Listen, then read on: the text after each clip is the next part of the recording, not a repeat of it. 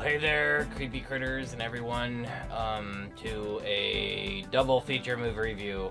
Not that these movies go together at all, but it's a double feature as in we're reviewing two movies in this video. First up, we're going to talk about New Mutants.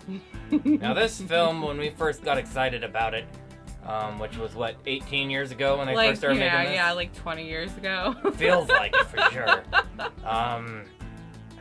This movie was first peddled as like a new Marvel, or was it DC?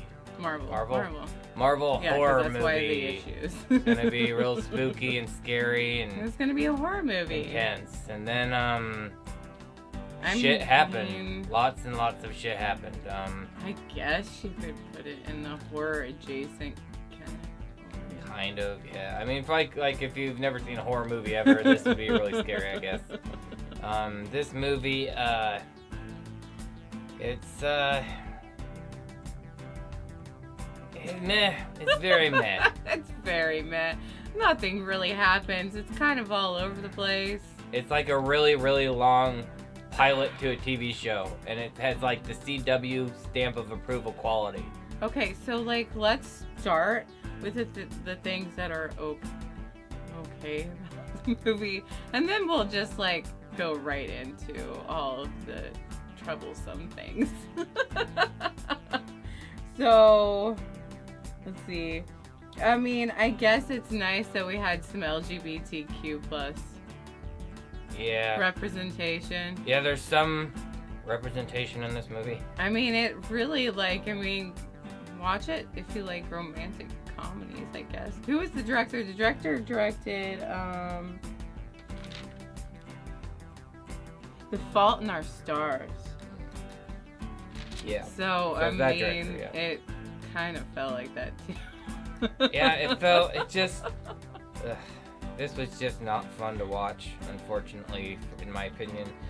You might find it more enjoyable than I did personally, especially if you're a huge Marvel fan. I mean, it wasn't terrible, like, at all. I mean, it really wasn't that bad. But there were some parts of it that just, like, why the one girl with the faking a really, really bad accent? Oh, the accents, all of them are pretty atrocious. Yeah, it's like, why? Well, maybe hire people with these accents if they can't. Or at least get accents. a dialect coach. Jesus Christ, you have Disney money now. What the fuck? Well, that's the thing. That's the thing too. Is this was made? They worked on this before the Disney purchase, and production I think went to fuck. Yeah. Which is a shame because they had some interesting ideas here. They had some fun characters they could work with. But overall, the movie was a stinker, in my opinion. I would give this a C at best. Yeah. So, the CGI is atrocious. Oh, Just know that right away. It's made for TV. Like, again, it reminds me of CW. Yeah, I wrote that down. Feels like a made-for-TV movie. Or, like, a CW show. Like, the first episode of CW. Yep. Which, I mean, is fine. But that's not what we were expecting when we first heard about this. No. And Marilyn Manson is in it. I don't know why, because like you would never know that was him. Yeah, he would never know. says nothing. He doesn't have his face. He apparently is one of these basically boogeyman bad guys. Yeah, they kind of rip off It at a point. It, Nightmare on Elm Street. Yeah, it's just kind of all over the place. Yeah, it's more It than anything. It's like It and It plus Mutants. There you go. That excites you. Here's a movie for you. Sort of. Let's talk about trigger warnings and it's just so atrocious. Yes, the biggest thing about this is yes, I understand this character was supposed to be a bad character, but the main girl in this movie is a Native American girl. And the girl who's the bad guy makes some of the most offensive fucking jokes I've heard in a long time. So offensive. I mean, I guess it sounds like you're listening to Trump, so, you know, there you go. It's very foul. It's like, she calls her Pocahontas at one point. It's unnecessary. It's just like it has nothing to do with the plot. And it's like, if you're gonna be mean to somebody, at least, like, the original, I guess. It was really it was very below the belt kind of writing, and I get it. She's supposed to be the mean girl of the group, but lazy. Lazy as hell. And even like just like the first line is a little cringy. Oh yeah. Just it. Yeah. Yep. I mean, yeah, like we said, I definitely wouldn't spend $20 to stream this. I would definitely wait till it's like free or something. I think that's enough. Is there any more to talk about this fucking movie? No, that's it. Well, I was just I'm trying to find the next movie. There's more stuff we've said that even the movie's not even as interesting as the complaints we have. It's just really, really forgettable. Unfortunately, I like a lot of the people in it. Like a lot of the actors, and actresses and whatnot. I like in other things, just not in this. Yeah. All right. Up next is Come Play. Ooh. At first I wasn't very excited about this film. It is PG-13, so we kind of didn't expect much. And it just looks like, this is another one of those kid creepy movie, like kids being creeped out by something in the house and the parents don't believe in blah blah blah. Which, I mean, it is. Yes. But it's a better one of those for sure. But it looked like there was no substance to it or anything. It was gonna be really dumb. I was pleasantly surprised by this film. One thing of note, the main actor, I don't think actually has autism, but plays a character that has autism. Yeah, I tried to look it up. I couldn't find out. If you find out for sure, let me know. Yeah. I'm curious. That would have been a bigger plus, but at least. We have some friends who have autism and different things, and one of our friends, she said this was a fairly accurate portrayal. Like, it was really well done. It seemed sensitive. Back my phone, but that's all right. It was sensitive to the community as much as they could be. Yeah. So I feel like a fairly accurate portrayal, which is very unusual. I feel like a lot of times you have movies that have autistic people in it and they use it as a shtick.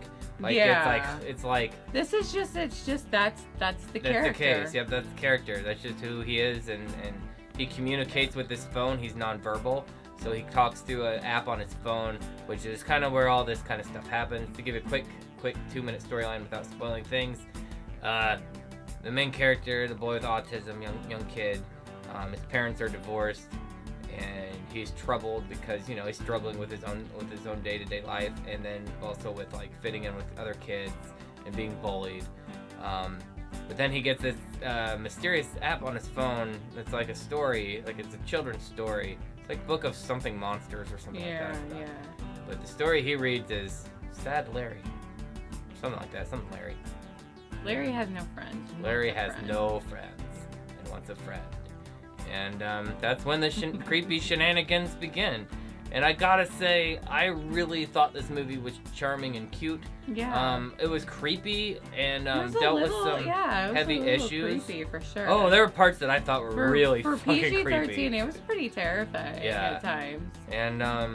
And at first I thought the bullies were just gonna be completely one-dimensional characters. But they weren't. Really, really nice. They built on that and got to like kind of the past between those two characters, and then you kind of realize why it's gotten so volatile.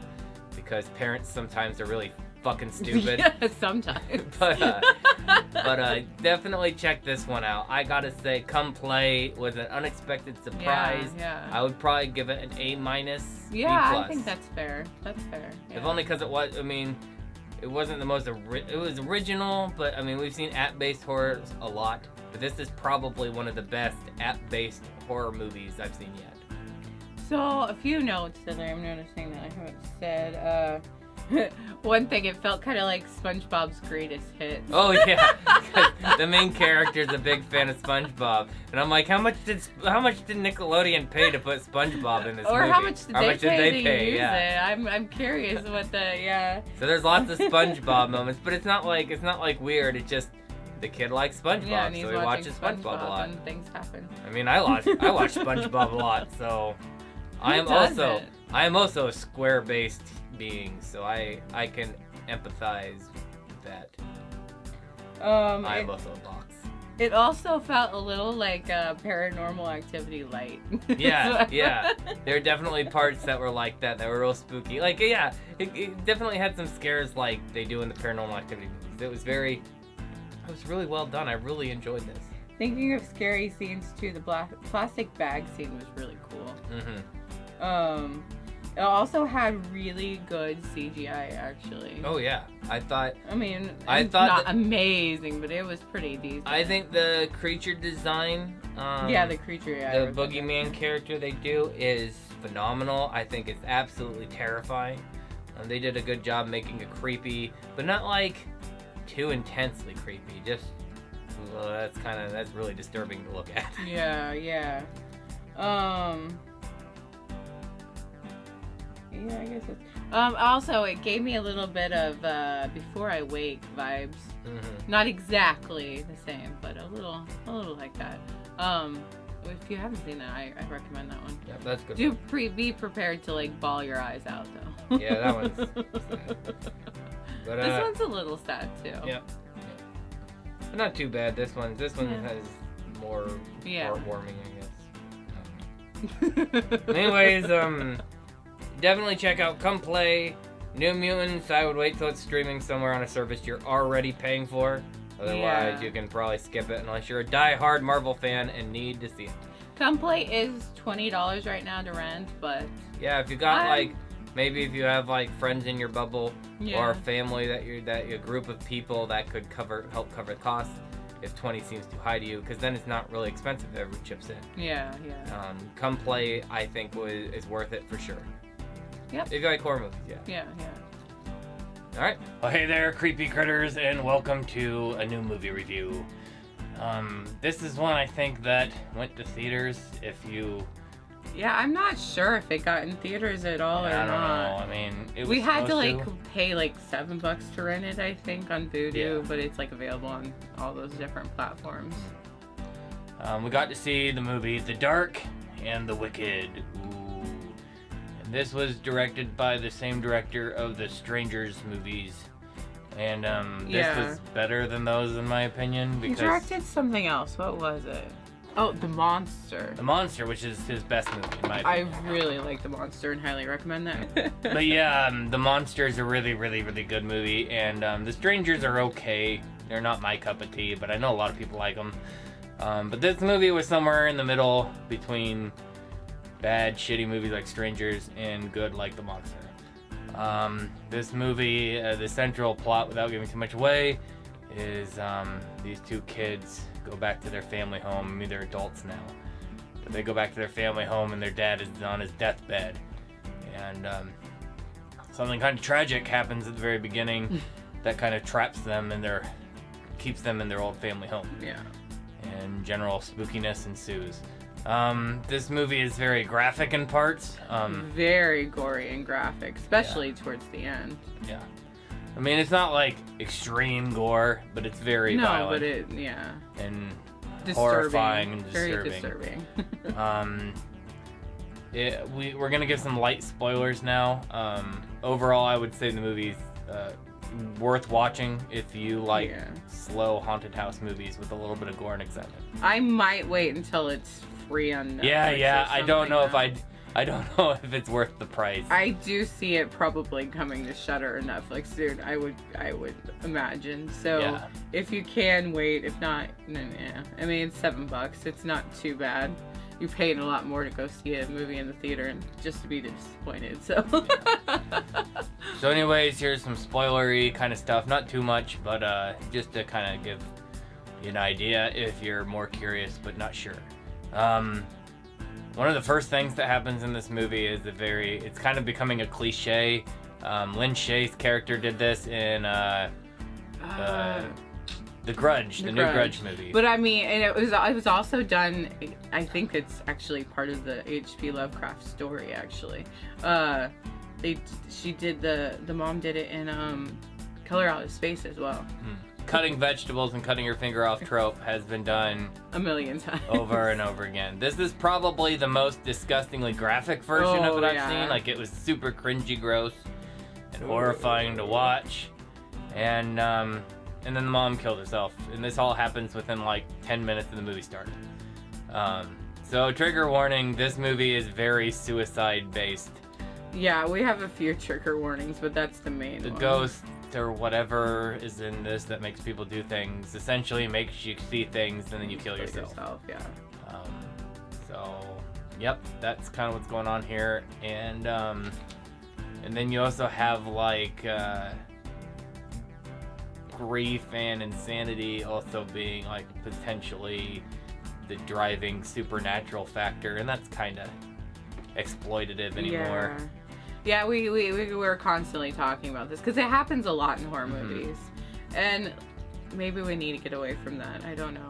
Yeah. Or do it in a different, more sensitive way. I don't know. I mean, I don't know what the people right should be answer allowed is. to make movies they want to make. Absolutely. But sometimes we also got to bring up that there's some parts that are a little rough to watch if you're sensitive to certain things. Yeah. That's the best way to put it, honestly.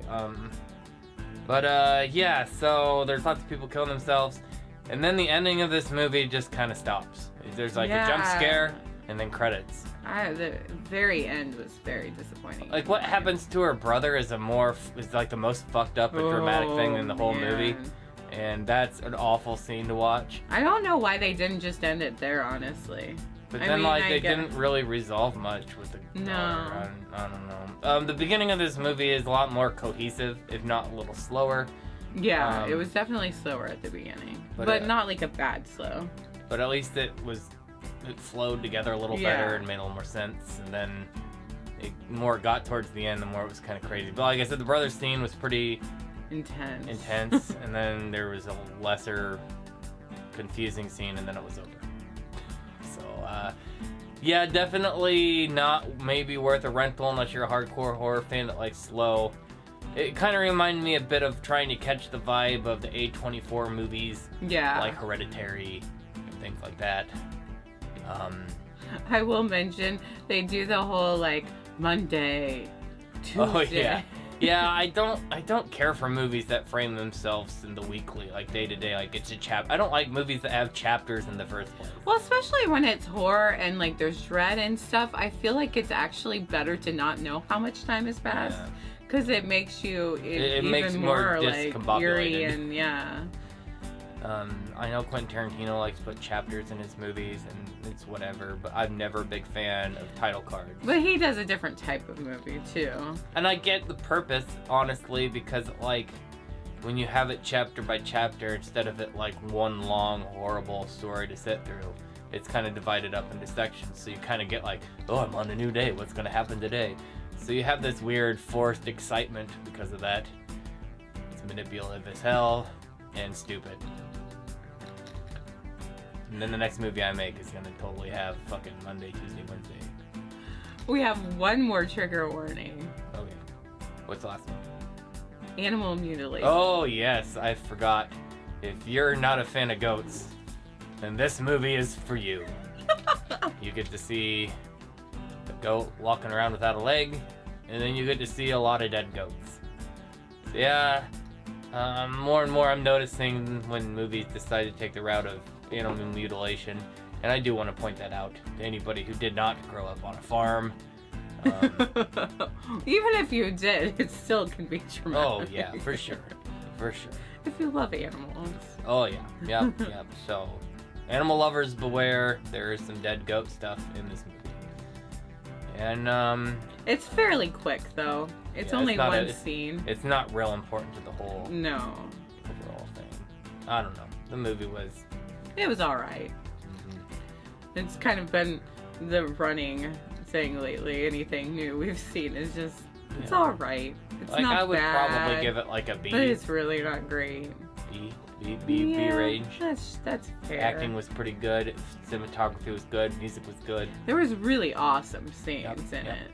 Yep. It's just, personally, storyline wise, together. it didn't work. Yeah, it didn't come together and work for me. But maybe you like it better than us, who knows? Check out The Dark and the Wicked. Only for rental, who knows where it's going to be streaming, but keep an eye out for it. Anyways, we'll see you next time.